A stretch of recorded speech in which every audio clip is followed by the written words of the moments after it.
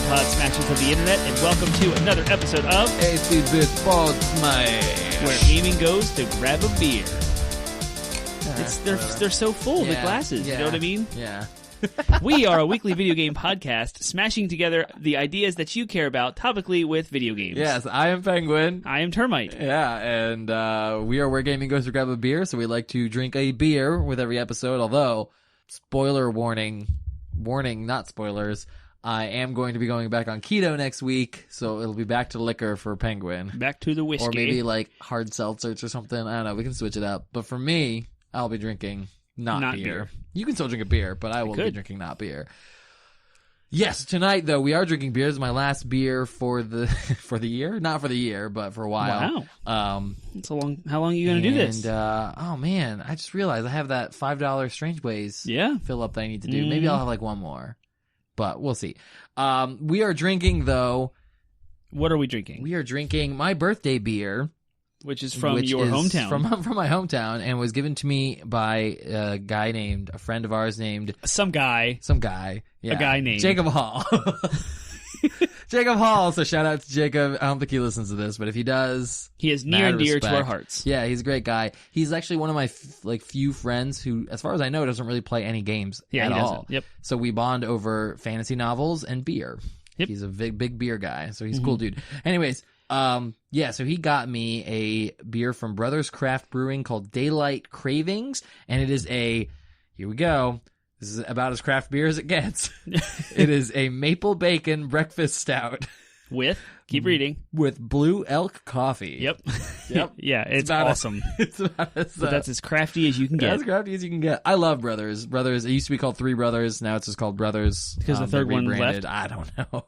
Maybe they lost a brother. I don't know. Oh, that went dark. It went dark. Almost as dark as this beer. Isn't that dark? Yeah, for real.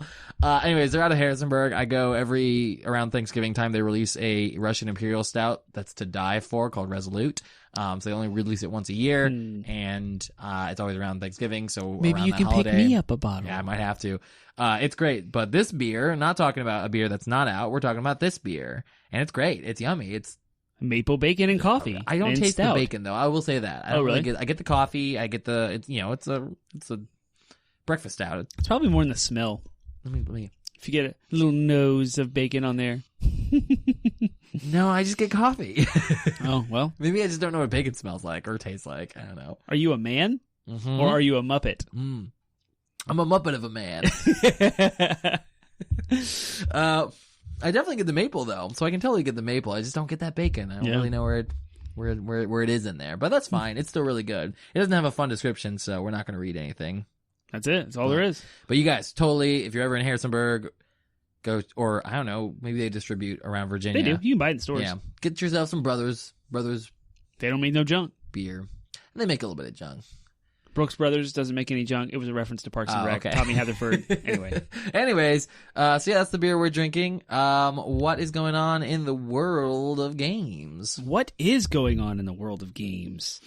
Did you see... There's a couple things. I had one. Here, I want to do mine because you almost always launch into the news. I do. And you always have a lot. So I don't have a lot this time. But go ahead. This time I saw... you do you. Yeah, I linked you an article. They're doing a Final Fantasy movie. No, TV show. TV show. So that was one of the announcements that came out of... And very unfortunately, it's live acted. You don't think that's going to be good? It's not Final Fantasy. Final Fantasy is a JRPG. It's anime. It's always anime. Oh, yeah. I see. I can see what you mean there. But now it's a live act. I mean, Final Fantasy 15 was a stretch because it was kind of realistic, but it still had that anime touch to it. Yeah. A real-life acted TV series? It might be good. You don't know until you know, You don't know until you know. It is the new, it's the new, part of the new, it's a partnership between the new Sony. Oh, as a result of that. Yeah. Okay. Mm-hmm. So it's a partnership between Square Enix and the Sony Entertainment Studios or whatever. Mm-hmm. What's it called? I don't PlayStation remember. Studios. I don't know. It's part of that whole thing that came out a couple We talked about it on the show. You think we'd remember? Yeah. Mm-hmm. Yep. And so yeah, I thought that was interesting. Could be good. It's supposed to be based off of Final Fantasy 14, their MMO. Oh, interesting. Yeah, and Eorzea. Mm-hmm. Yep. So that's interesting. We'll see how that goes. I'm a little bit more intrigued because they're using the world of Final Fantasy 14, which is awesome. But Quote, television is the ideal medium to capture the extraordinary depth, sophisticated themes, and unparalleled imagination of Final Fantasy and its multitude of unique and fully realized characters. We are working tirelessly to bring together artists from around the world who are united in honoring the extraordinary legacy of this franchise and its millions of fans around the world.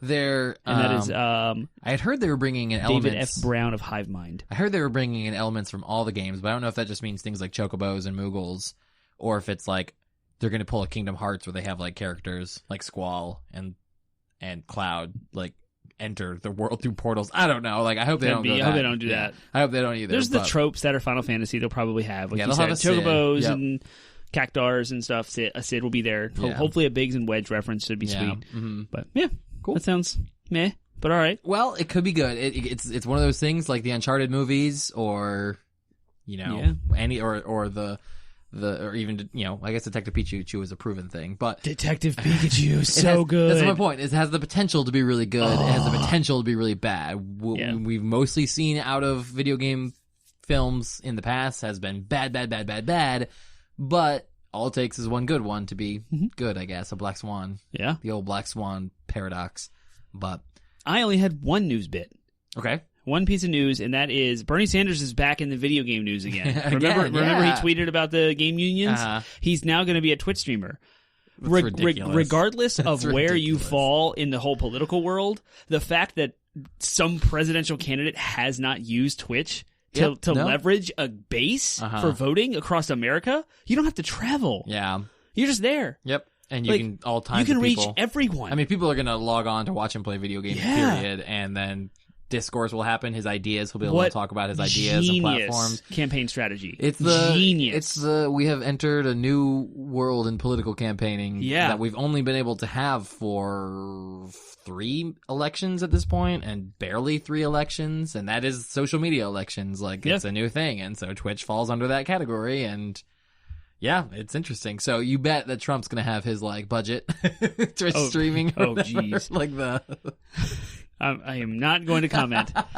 Yeah, no comment. Just I'm predicting it's going to happen for better or for worse. We all saw how his Twitch, his Twitter feed is. Yeah, America loves Trump's Twitter feed, so I'm sure his Twitch streaming will match. That's why Bernie Sanders has to compete. He has to go after the Twitch crowd. Yep. Yeah. Oh, jeez. But anyway, that's kind of neat. I mean, maybe whatever. It can it's be entertaining. Yeah. Right? I don't know if I'll check in, but if it turns out to be entertaining enough, that's the point. Though, is like. I guess, Twitch is at its core an entertainment platform, not a political platform. So how that goes, anybody can use whatever platform for whatever they want, I guess. And TV was an entertainment platform. That's true. At first. Yeah, that's true. So now it's all kinds Radio of things. was an entertainment platform. Yeah. Video games were an entertainment platform. What? And now they're art? What? Get out of here. Go home. Get out. Yeah, go. Get out of here with that talk. None of that.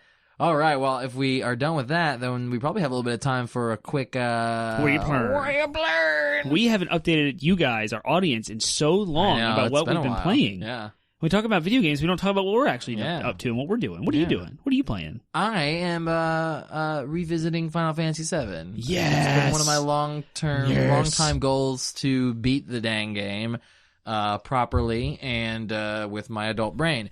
I can already tell you, I've been coming across bosses that are way higher level than my characters, and I'm still beating them because of just basic things like I know how to play RPGs now, because when I was a, 7-year-old or whatever playing Final Fantasy VII for the first time, I didn't know how to, do things like cast barrier on my characters to make them take less damage, basic RPG strategies. And now I'm like, oh yeah, this is easy. This is all, I'm going to take one turn to just cast a spell on myself to reduce the amount of damage that I'm about to take.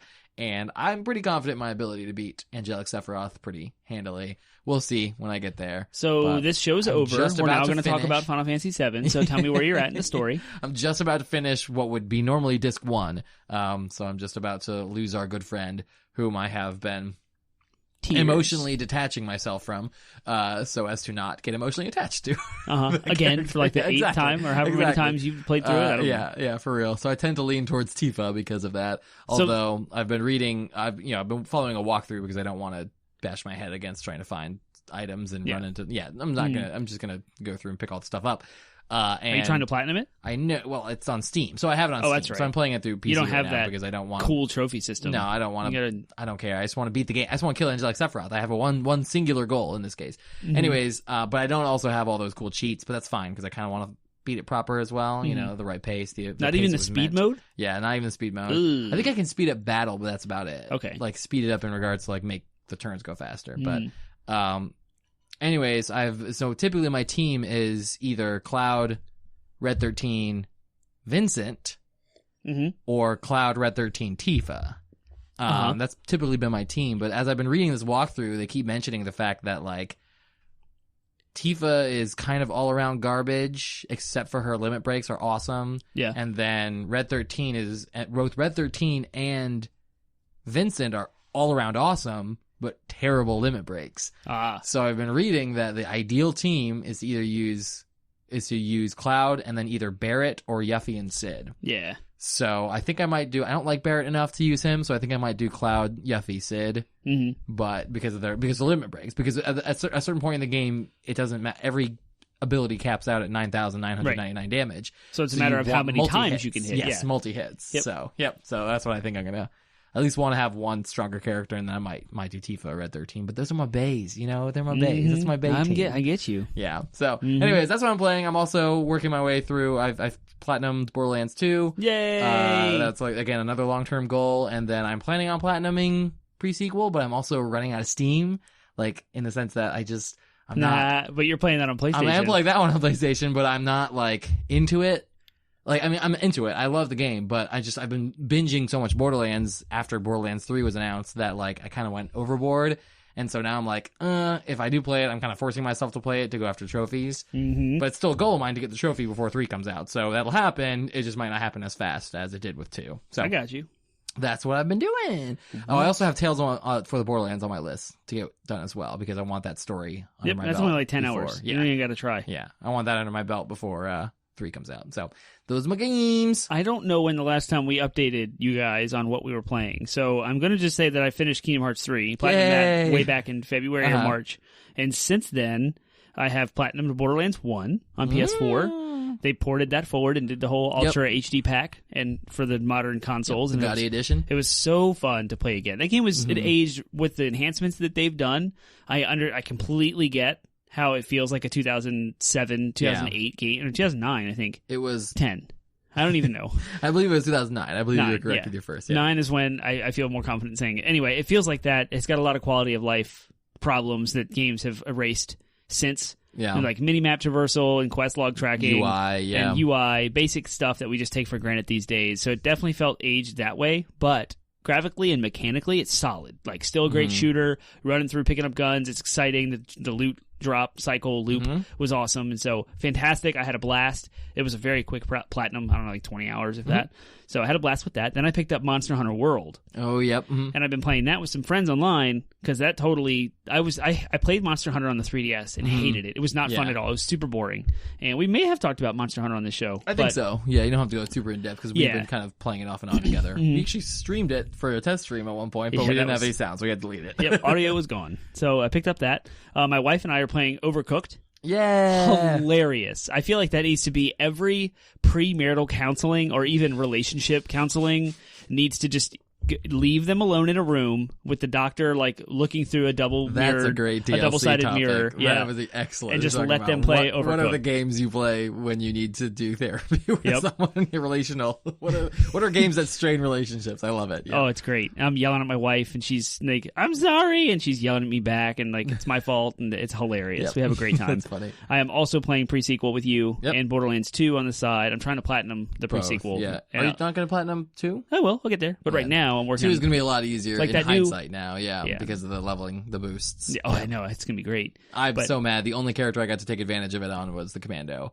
I got every other character's, like, leveling trophies necessary, whatever, and then the Commando, and it was like, okay, well, Commando, level 30, ran around, killed some Varkids with his turret, and that was done. I was like, The DLC that's free and was added to Borderlands 2 that had come out at the end of E3 is what we're talking about. Yeah. You can create a new character at level 30, and it boosts your character up to where you can get some trophies easier. Yeah, so I with really that, wish they had added that to pre-sequel as well. I know, it would have been so much nice. easier. Yeah. But I'm like not playing that DLC right now because I'm going in order of the story. Oh, yeah. So I played 1, now I'm playing pre-sequel. Gotcha. And I'm going to hit Borderlands 2 and finish that, but not do the DLC, do Tales of the Borderlands first, and then finish the DLC. Technically, is that the right order?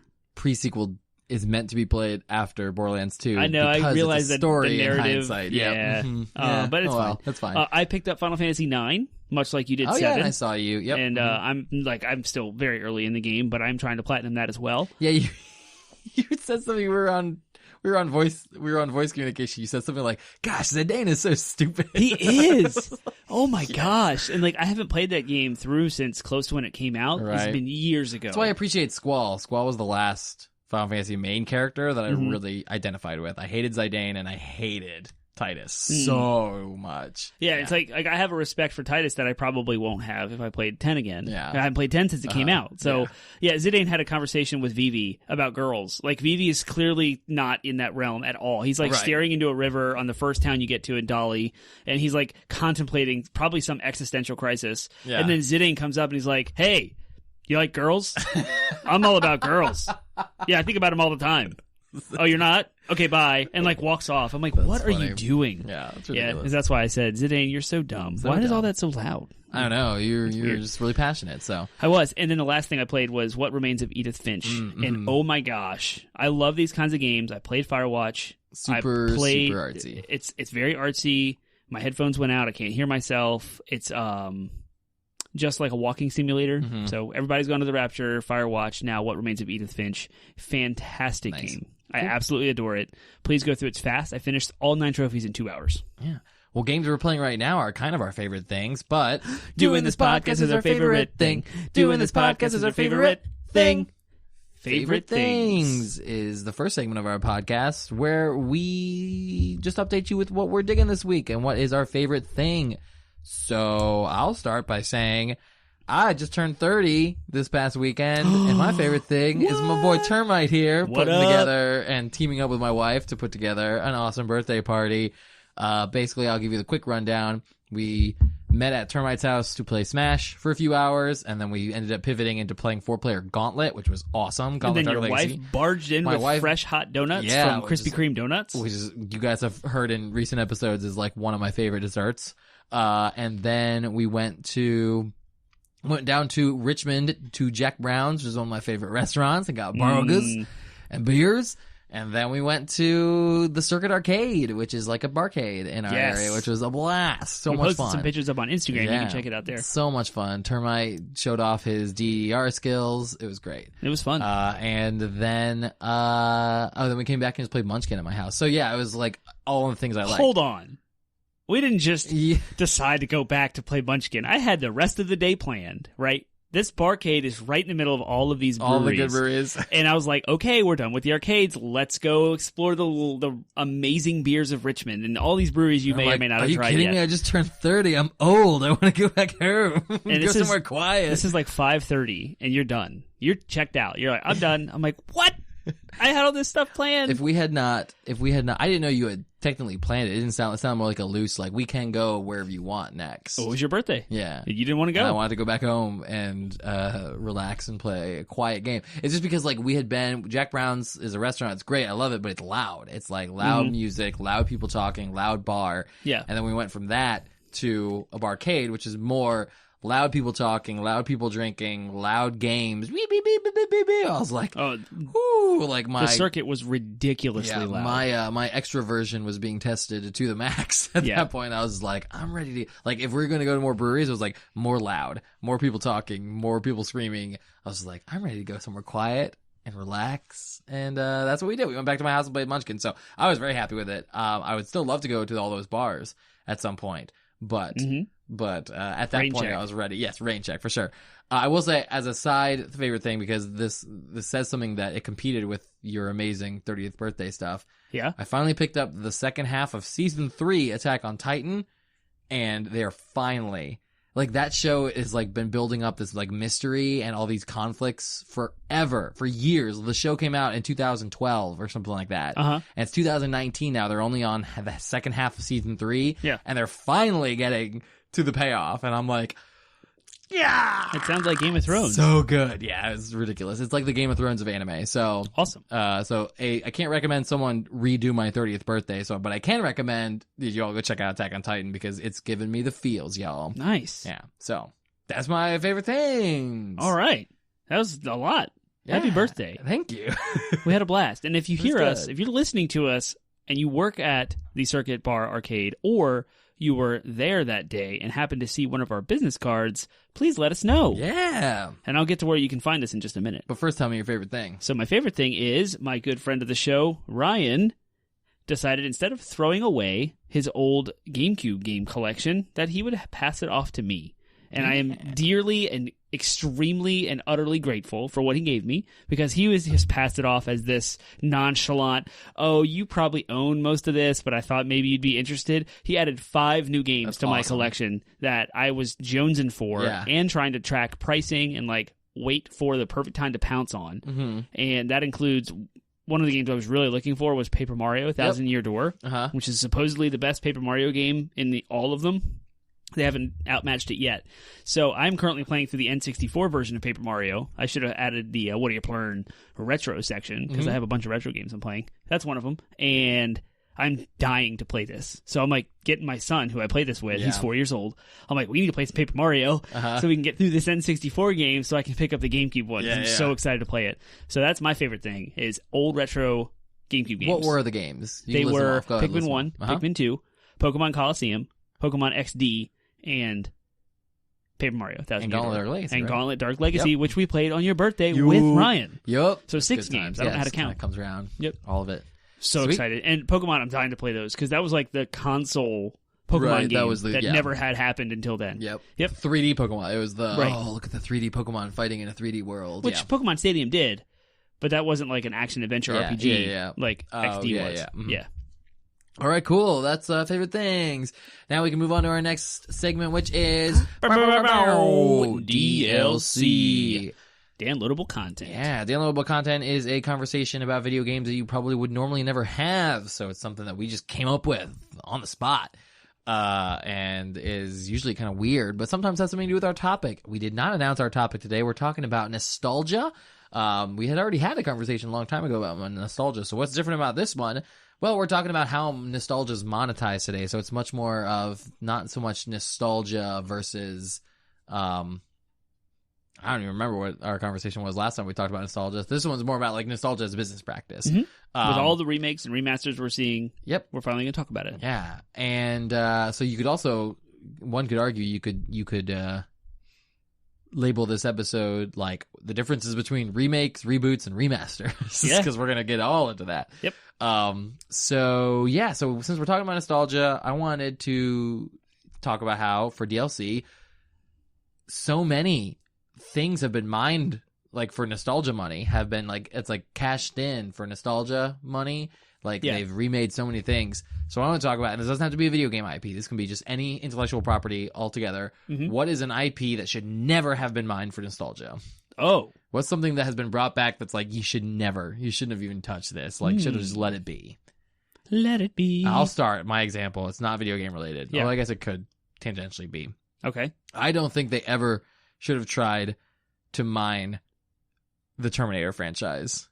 Oh, beyond what it was. Just like Terminator 1, Terminator 2, 3 was pretty bad, but at least it like completed the story arc, and then like, okay, cool, like that's it. But they've had so many like Terminator movies and gone back to that franchise and tried to like redo the continuity and everything. Like they want so badly to like soft reboot it in a way that like makes sense with the continuity of the existing franchise, but they keep just making it worse and more convoluted as they go. And I'm just like, no, stop making Terminator movies. If you're going to reboot them, just reboot the story altogether. Like, go back and remake Terminator 1.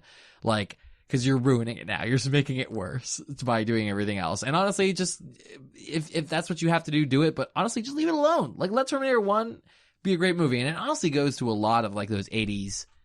A lot of those, like, RoboCop should never have been made into a modern movie. They did that. Total I forgot about Recall that. should never have been made into a modern movie. Yeah. There's so many. Rambo. Did they do a Rambo reboot yet? Because I'm pretty sure they're on their way to doing a Rambo reboot. I know they did Rocky. It's like those movies are good in and of themselves, and they were good at their time, and they were like, they're one of those like snapshots into the 80s that just gives you a sense as to what 80s culture, but they only ever work in the 80s.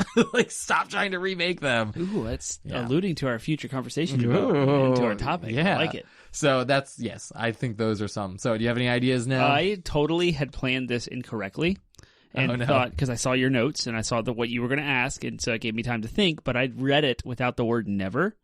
So I thought it was a IP franchise I saw the word never that had never been done before that I want to, which is opposite of what you wanted. That's funny because I actually thought about doing that. What's something that hasn't been that should be, but I couldn't think of any good examples. I have one. Do you have one? Because I thought of it. Let's see what your you example is. You got to stick with me, This is the counter. It is. This is with the counterpoint to mine. The short answer is Mario. Now, one might think, well, Mario All-Stars was a remake of the first 4 Mario games, and then you might think of new Super Mario Brothers Wii U for the Switch that they just ported from the Wii U over. But all of the 3D games in the core 3D run that include Mario 64, Mario Sunshine, Mario Galaxy 1 and 2, and Mario Odyssey have never been retouched or remade. Obviously, they wouldn't make Mario Odyssey again because it just came out. Right. But those old titles, they haven't ported them forward. I know Mario Galaxy 1 and 2 were on the Wii, which is super successful, so they probably don't need to match those again. But how awesome would it be to see a remake of Mario 64? Right. Like, fully fleshed out, full, like, orchestrated music, fully articulated worlds, and be able to do stuff that limitations stop them. Maybe make it a little more open world.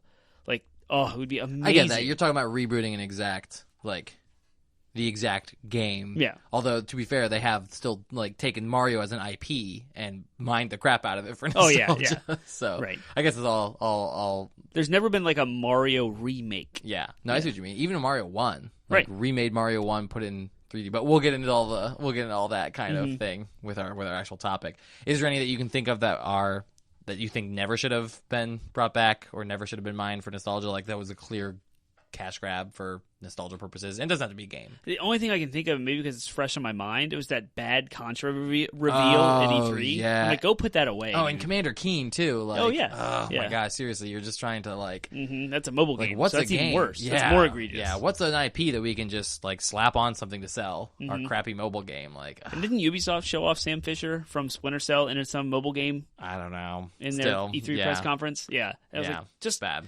Give us the proper stuff. Yeah. Stop it. That's another one that hasn't been done. Splinter Cell. Yeah. Reboot that. Yeah, for real. You can find us at 80bitpodsmash.com, 80bitpodsmash.com. That's our landing website where we have links to our podcast through Google Play, iTunes, Spotify, Stitcher, iHeartRadio, wherever. If we are not on a platform that you use and you want us to be there, let us know, and we will put ourselves there. You can find us on all social media platforms, Twitter, Instagram, Facebook, and Reddit. We have a subreddit that we check regularly, and we interact and post. We can interact on Facebook. You can comment on our posts, Instagram, Twitter, at 80bitpodsmash, at 80bitpodsmash. Our subreddit is /r/80bitpodsmash. All right, cool. Well, we're talking about reboots and remasters, and we're talking about nostalgia. And monetization of nostalgia. That's our conversation today. So take it away, Termite. This was your topic idea, so I want you to flesh out kind of a big picture for us. The idea of video game publishers and developers finding success in re-releasing and remaking old games. We're finding in our video game industry today, there's a massive, every single wave of new games includes remakes. Crash Team Racing just came out.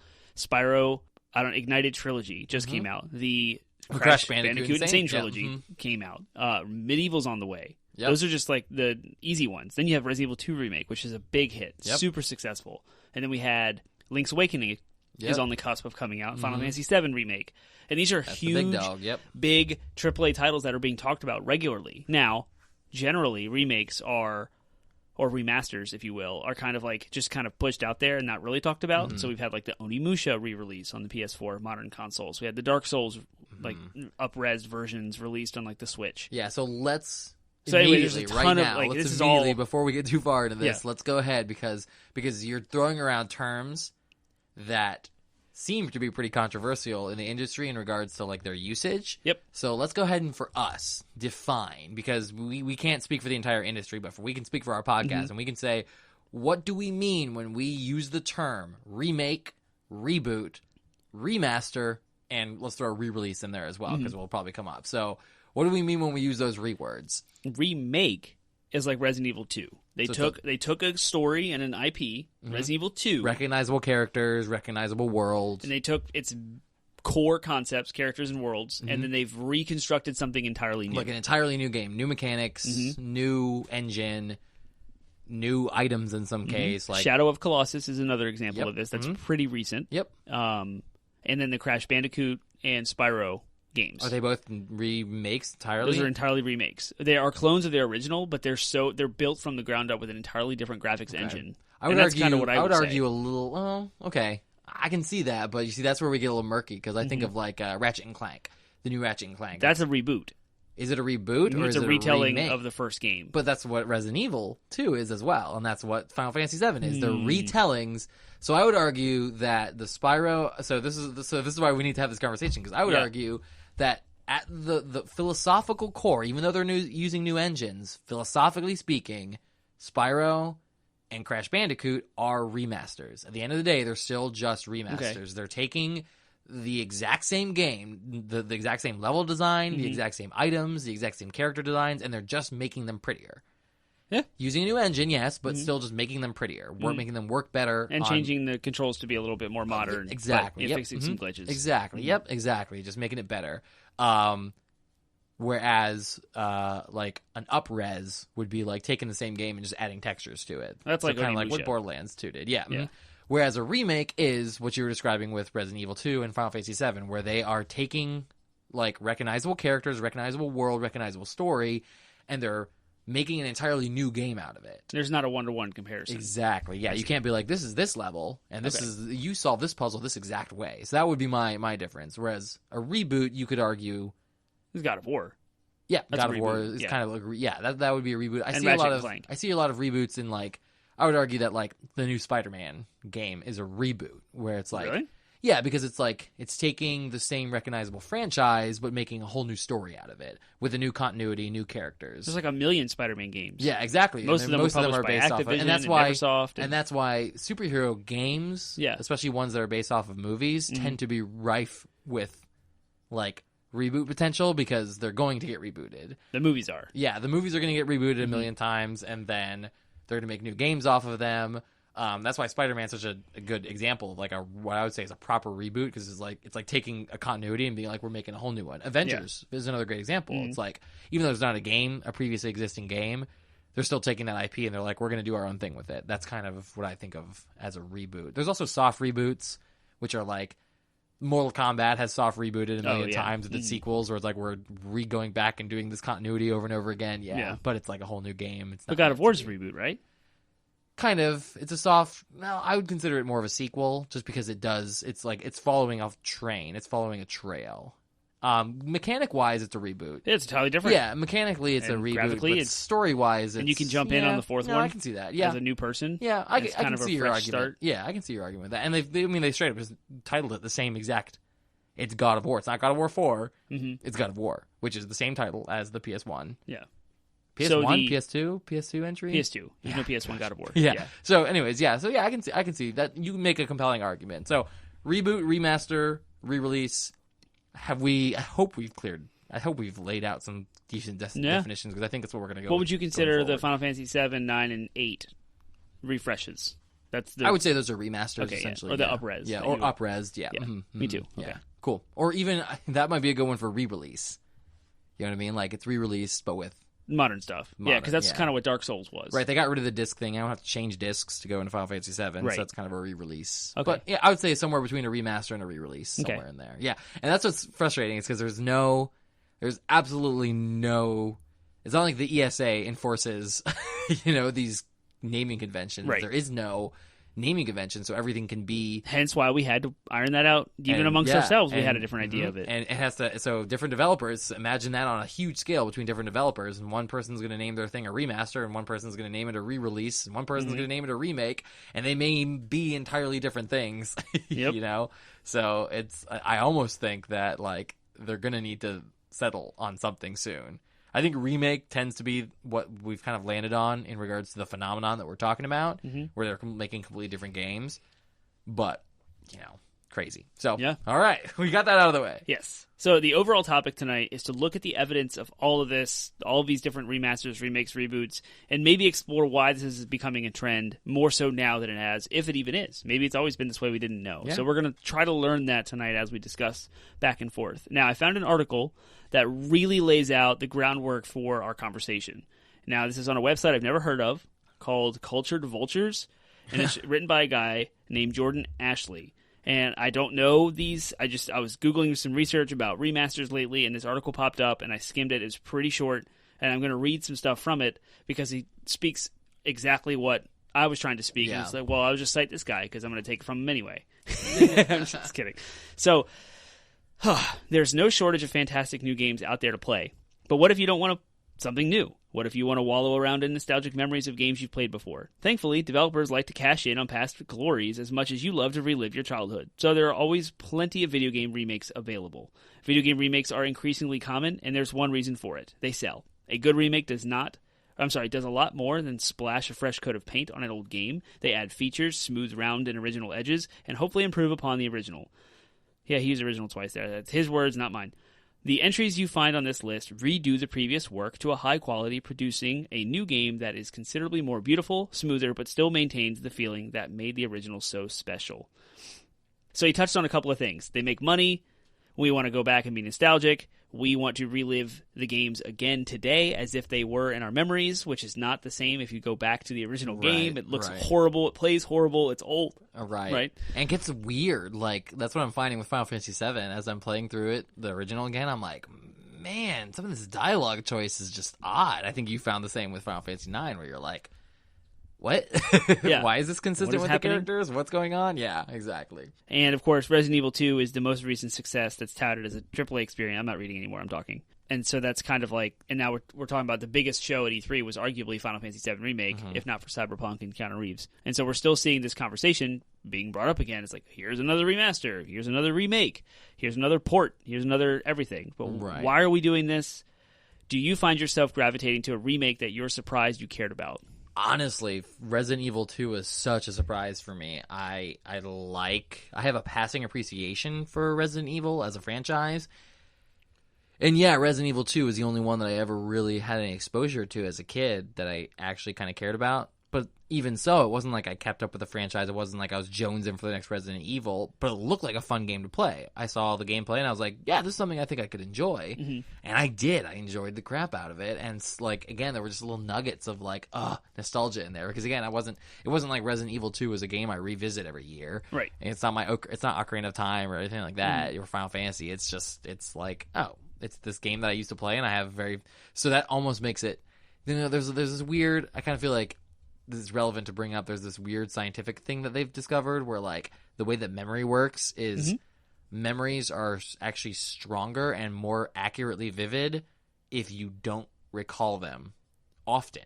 So the more often you recall a memory, the more likely you're going to muddle the details, and it's actually going to get fuzzier over time. Whereas if you just suddenly recall something that you haven't thought about in years, you're going to get like, it's going to be more vivid and more accurate. And that's what I felt like when playing. That was like totally happening in Resident Evil 2. I was like, oh my gosh, this is so familiar. And yet it's still an enjoyable game by today's standards. Like it's like it was up there mechanically speaking with Horizon Zero Dawn or God of War even. Like it felt good to play. It felt good to like just snick the zombie right in the head. You know? But if you went back and played the original, you'd have tank controls. Oh my gosh, yeah, horrible frame rates, the fixed cameras, and all that. Exactly. Yeah. So which was revolutionary at the time, but now is clunky and old, and it feels dated and not timeless. Which was another discussion we had about the timelessness of games. Yep. Yeah, and I mean it's just nice to like. It's nice that they can revisit and add little bits to the story that wouldn't mechanically be possible in the old days. So therefore, it can really be an expanded experience, and that's what we're going to see with the Final Fantasy remake. Is like they're going to lengthen and deepen the whole Midgar plot. Like the whole Midgar plot took like 6 hours in the original, and that's if you're rushing through it. So it still wasn't very long, and they're making a 30-40 hour game out of like just that. So they're going to have to add new elements. They're going to have to add new fights. They're going to have to like make things new dialogue, new character interactions, and story everything. beats. So it's cool because they can get that flavor. Like that's why I think that There's a lot of skepticism about the Final Fantasy VII Remake, which I'll just go off rails for a minute and talk about, is that it's going to be episodic, and so we don't know what like the character progression is going to look like between each game. Just think of it as guaranteed sequels, y'all. It is. Like, think about it as a game that's like, it's going to be it's going to be Final Fantasy VII 1, Final Fantasy VII 2, and Final Fantasy VII 3. Like, yeah. But what about, like, you have your materia that levels up with you, and you have your character progression, and so you start fresh? Well, but they can do what they have enough of a cast of characters. That's what I was thinking. That's one of the drawbacks of Final Fantasy VII, is that you have all these characters that you care about and never get to play. Right. So they could totally make Game 2 whole different characters. I mean, you still probably play as Cloud, but you probably could have like now you got Red 13, because Red 13 probably is going to join the party near the end of the first game, and then you'll have Kate Sith and Yuffie, and then in part 3 you could have Sid and Vincent, and then you'll spoilers lose Aeris by game 3 probably. So they could totally do it. They could do it interestingly. I think there's ways to do it, but focusing on different characters. For I mean, stories. They could either carry on the progression, which would be interesting, or they could just, whatever, Cloud lost his materia, whatever. Like, they could find story beats to make it make sense. That's true too. I guess start off at level 1 with nothing again because you got wrecked. Yeah, Anyway, exactly. Yeah. Back on our conversation, you mentioned we mentioned something about nostalgia and how our memories, what you just mentioned with Anyway, our memories connection, what we remember and what we experience again, if we were to go back and revisit that, are two different things. I remember Metroid Prime 1 being absolutely incredible, this AAA experience, surround sound, high definition for the time. But you go back and play it now, and it's nothing like what you thought it was. Yeah. That's the example here. And there's another article I'm going to link off to from thegameverse.com that I'm going to read this paragraph, because it touches on our base conversation why we started this whole podcast, and that's video games are art. Right? Yeah. So here we go. Quote, video games are art, but they are art based on technology. These two classifications have typically been at odds in many ways. Art can be timeless, but there are few things that age worse than technology. There's a reason we're still not using your family computer from 97 or your old VCR. What these remakes do is not help preserve video game history, certainly an important quality in these changing times, but restore it. The fact of the matter is that there are quite a few classic games which would not feel like classics to modern gamers trying to experience them for the first time. Oh, yeah, totally. Or, parentheses, if people are being honest with themselves, to some of those who played them originally. That's due to the limitations of the technological side of gaming, not the artistic side. Yeah, and I never really even thought about it. It just blew my mind when I read that. I was like, we have to talk about this tonight. Yeah. Because, this is awesome, right? Yeah. So, I never thought of the age, how badly technology ages, and how, I don't feel, we had an argument that Ocarina of Time is not timeless, and you said it was.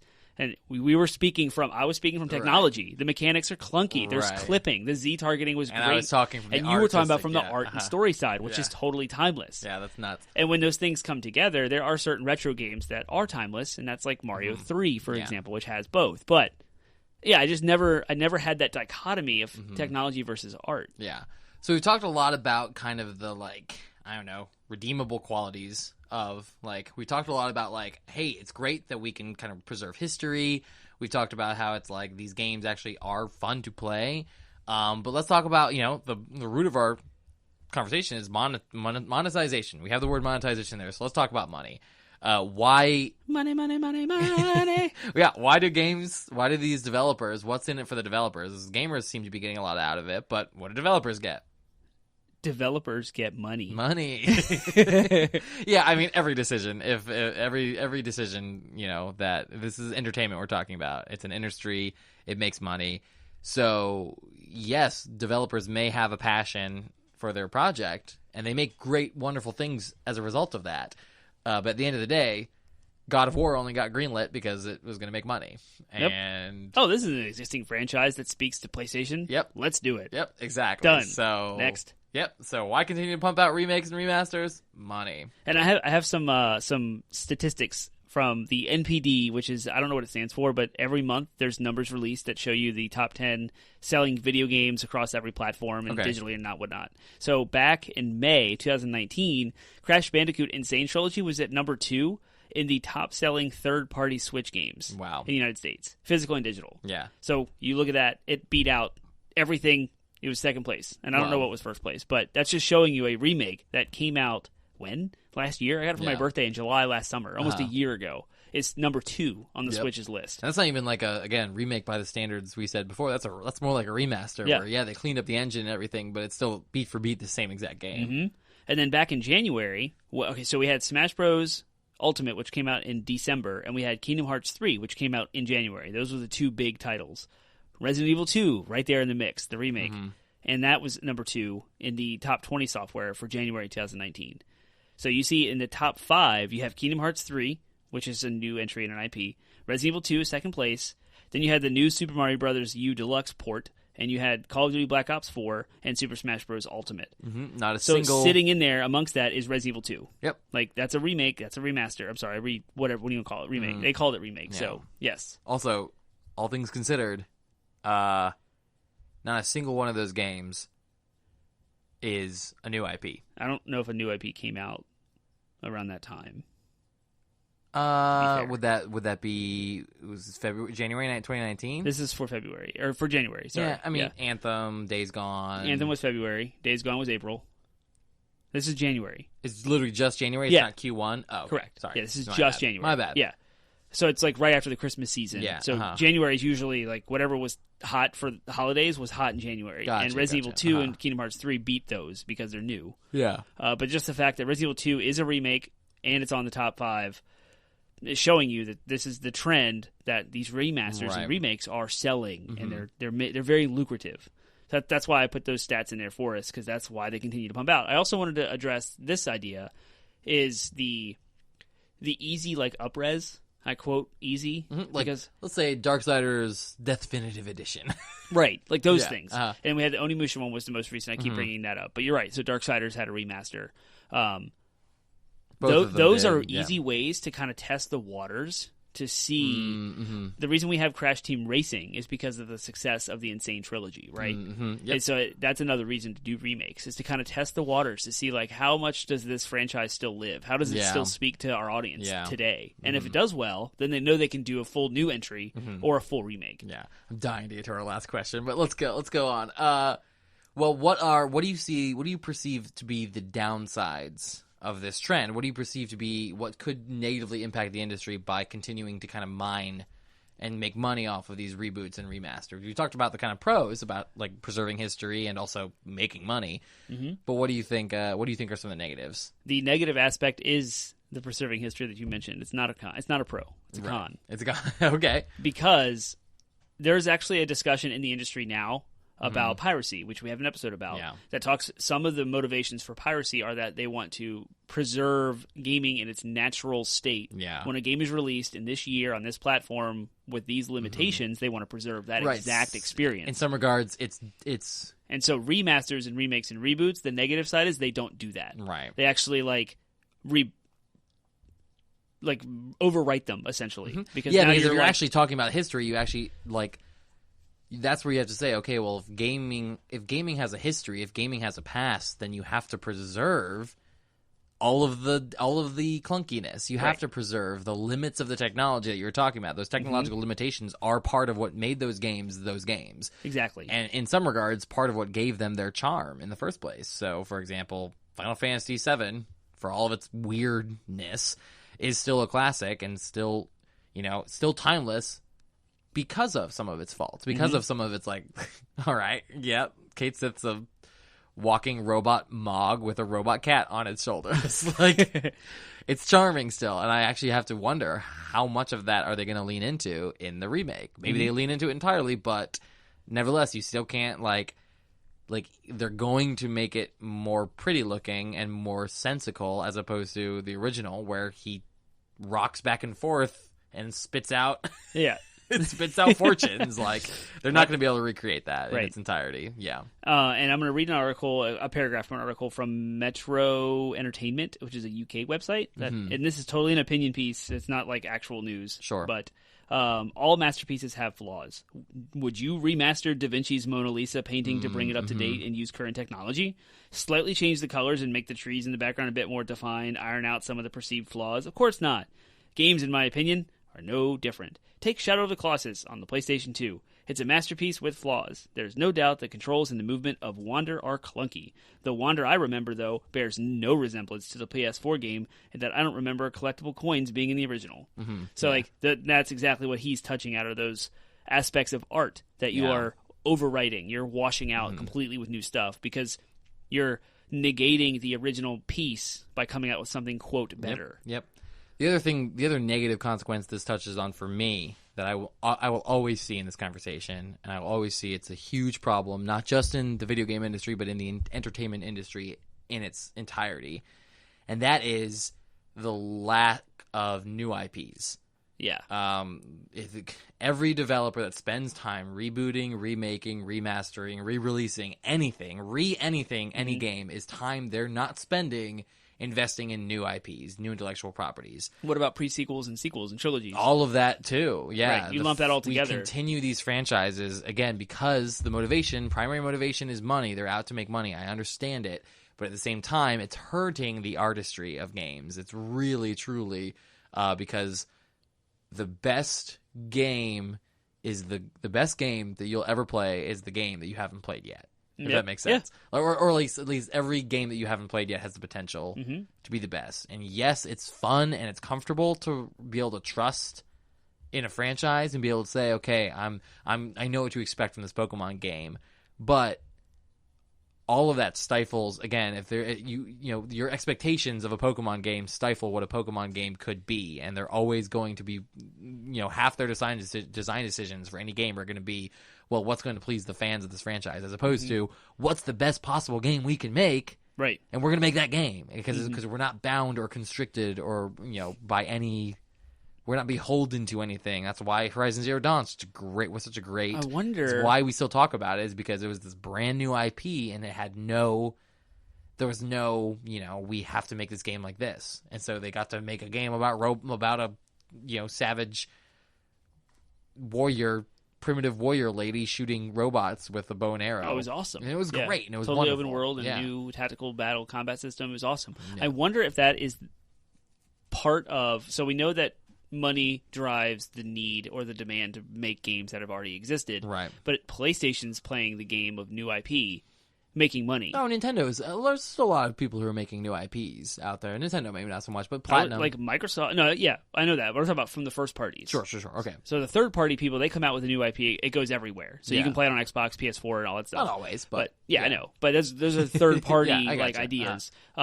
First party stuff. PlayStation has all of the new giant, big, massive IP hits. Yeah, Ghost of Tsushima, Death Stranding. Yep. What has already come out was Horizon Zero Dawn. Days Gone. Like new IP we've never seen before. They're not franchises. They're not TV show tie-ins. They're completely by themselves and new. What does Xbox have? They had Scalebound, but they canceled it. Right. And I understand. So the exclusives, even Nintendo struggles in this regard because everything is another entry in their franchises, which play to their base. But PlayStation's taking risks and doing things with new IP. Even like the PS3 era, they had Killzone and Infamous and Resistance, which are all exclusive to that platform. Granted, they had their own sequels, but still, new IP is coming regularly. Yeah. And so, of all the big major hits, Sony is crushing the new IP game, and we get to enjoy it. It's awesome. It's great. Yeah, and as much as I rant about this whole new IP thing, I'm the first one who's going. I said that Nintendo won E3 this year pretty much on the shoulders of its existing IP. Sequel? Yeah, exactly. Right. It wouldn't be an episode of 80-Bit Podsmash if we don't mention Zelda. Right, exactly. So, Breath of the Wild. Yeah, for real. So, or God of War, Horizon Zero Dawn, or any of the other titles we talk about all the time. Yep. So, yeah. So what do you think of the World of Warcraft remaster? I genuinely am torn in this conversation because I love the comfort and security and excitement that I get over old IPs coming back. But But at the same time, I also crave new IPs, and I genuinely, again, I think back to my childhood, and what was so exciting about growing up was playing new, exciting IPs, because everything was new back then. Everything was, all the Zelda games, well, I guess Zelda had been around for a while, and so had Mario, but Pokemon was brand new IP when I was a kid. But Mr. 64-bit over here, you did have so much new experience, because Mario may not be a new IP. There was nothing like Mario 64 before Mario 64. Right, there was nothing like Ocarina of Time before there was Ocarina of Time. So you really kind of did. Yeah, I did, but experience. There was also a ton of new IPs. I mean, the first time I picked up God of War 1, and I was just like, I felt like I had discovered something, even though it was a super popular game. Like, but I felt like I had found something. And same with Warcraft 3. You know what I mean? Same with Diablo 2. It's like, I felt like I was discovering new things all the time. Movies, TV shows, everything. And then I hit this point in adulthood where I'm suddenly like, everything I'm playing, everything I'm seeing, everything I'm watching, I've seen, watched, played, done before. It's just new and prettier and more fun. Yep. And that, again, there's nothing, because I'm the first person to get excited about a new Breath of the Wild game, there's not anything, it's not a chastisement, it's not saying, but I also crave like that excitement of finding something new and getting, and it's something that's so important to our society. We're storytellers, we are human beings are storytellers, and I want us to not lose that ability to do that. And again, I can't tell you the last time I saw a movie that wasn't a sequel, a reboot. Detective Pikachu. Yeah. Even so, it's still an existing IP. I can't tell you the last time I saw a brand new IP movie, true. And that's kind of sad. And then the ones that do come out almost always flop and suck. Like, I was so excited for Jupiter Ascending. You remember that movie done by the Wachowski brothers? Yeah, never saw it. Never saw it because I heard it flopped. Yeah. And that sucks because I wanted it to do well. I wanted it to be a brand new sci-fi IP that would spawn a whole franchise. And it didn't. And that's sad. Yeah, so, it is. It's sad that they can't seem to get it right. I want them so badly to get it right. Yeah. I want a Horizon Zero Dawn that is not a Horizon Zero Dawn movie, but I want the Horizon Zero Dawn equivalent of a movie or a TV show. So, yeah. I guess like the last time. That was kind of Avatar for me. Remember Cameron? Yeah. James Cameron? Yeah. Avatar? So many people can that movie, but regardless of what everyone says or thinks about it, it's when still I the saw highest grossing that's movie weird. of all time. I know, I don't understand that. But when I saw it, I had no idea what it was. Right. I knew nothing. I never saw a trailer. I just watched it, and I was amazed. I was like, whoa, this is amazing. Like, it was so good, so cool. New world, new planets, new people, new things, new stuff. It was all fresh, and it was never, existing friend. I have, in typical Termite fashion, typical Termite's hard to say because I stuttered it. Game franchises I've completely missed and want to play. I have a list of all the stuff I've missed in my life that exists now and have sequels that are going to be those new experiences for me because I've never played them before. Yeah. So you should do that too. That's a good call. Yep. Like Metro. There's 3 games. Oh, I'm dying to play Metro so bad. I have 1 and 2 digitally on PS4 queued up and ready to go. Yeah. And so I'm like, here we go. Yeah. Like I also want to at least try a From Software game at some point in my life. Ooh, we should do that together. Bloodborne, because it was free. It's free. I have it right there on my PlayStation. Yep. Yeah, I'm down. Well, cool. Maybe we'll stream. That was my thought. That was kind of my thought and a consequence. I think it was important to bring up because I could have a whole podcast about just that. But it's relevant because when you're talking about monetization of nostalgia, like that's in my mind that to me is the biggest consequence. Is like, unfortunately, what people are buying are just reboots, remakes, remasters, sequels. And it's just like, okay, I'm with you. It's fine because the games are still fun and you're still pushing boundaries. And again, God of War was an incredible experience, and it was just a reboot of an existing franchise. But so it's not the end of the world, but it is still something that I'm like, I am still also craving something new. So, and when they do come out and when they are good, it's amazing. It lights me up. Yeah. Yep. So, I sat there and just out of appreciation for Horizon Zero Dawn, I watched the credits. I watched them all the way through and just said, I'm like going to give honor to each and every one of these people who made this game because it was a blast. So good. Yeah. Yep. So cool. All right. Well, so going, then changing gears completely and saying it's still okay to be excited for reboots and remakes. Yep. So in that regard, what are some remakes that you're looking forward to? We already talked about them a little bit. But I lost my mind when Link's Awakening was announced, and it was in a Nintendo Direct before E3, and I was like, no way. They had the Storm blowing in the anime at the beginning, and I was like, they're not doing this. This isn't happening. This isn't happening. This isn't and it's lightning struck Link on a boat, and I was like, it's Link's Awakening. It's one of my favorite Zeldas. Yeah. You can go back to our Zelda episode. We talked about Zelda. And so I'm really, really excited about Link's Awakening. And the reason why I talked about that first is because it comes out in like 2 months. Yeah. I mean, of course, I'm Final excited. Fantasy Yeah, remake. of course. Yeah. I mean, and so what I'm more excited about are, and I guess the way that I would rephrase this question is, what are games that currently don't have remakes that you think Splinter Cell would be awesome to have full like give it the full Resident Evil 2 or Final Fantasy 7 treatment? What's a game? The first Splinter Cell. Yeah. Because I hated it.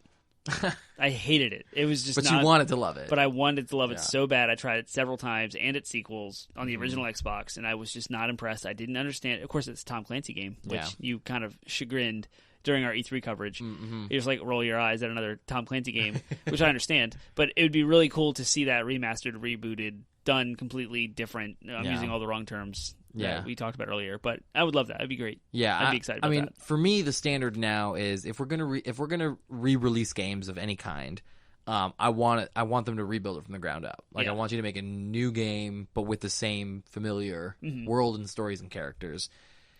In that vein, I'm just dying. I'm dying for an Ocarina of Time remake. Like make it like it's use the same engine as Breath of the Wild.